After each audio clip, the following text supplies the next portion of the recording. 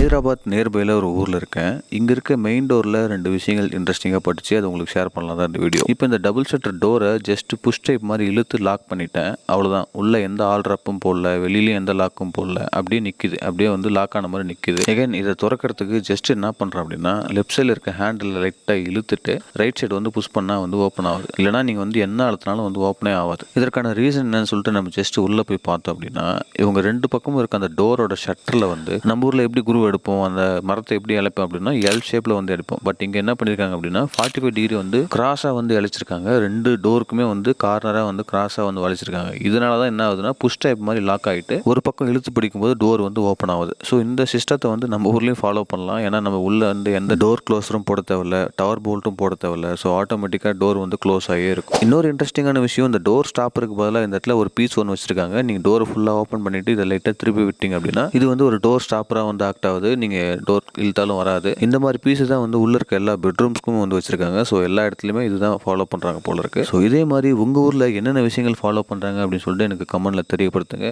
தெரிஞ்சுக்க ஆர்வமாக இருக்கேன். மீண்டும் சந்திக்கலாம். நன்றி.